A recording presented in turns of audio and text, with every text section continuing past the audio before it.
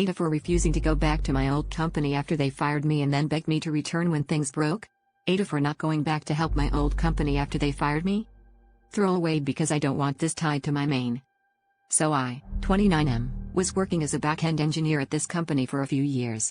Nothing crazy title-wise, but I ended up being the person who knew a lot of the system just because I'd been there a while and kept getting pulled into fixing stuff. The codebase was already kinda messy when I joined, and over time it just grew.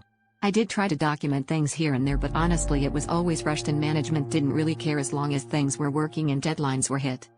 Anyway, we got a new manager a while back and we didn't really click.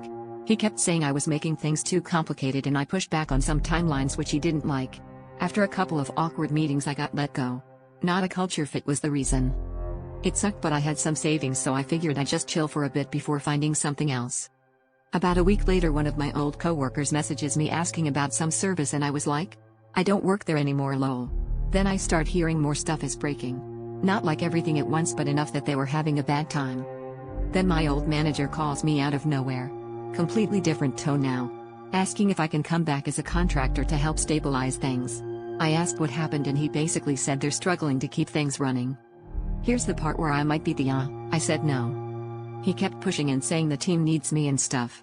Also said since I built a lot of it I should help fix it, which kinda annoyed me because I had brought up the lack of documentation, single points of failure before, and it was always brushed off.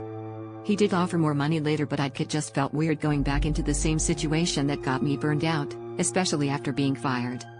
Some of my old coworkers think I should at least help short term because they're the ones dealing with it now, which I do feel kinda bad about. Others say not my problem. I didn't intentionally hoard knowledge or anything, it just sort of ended up that way over time. AITA?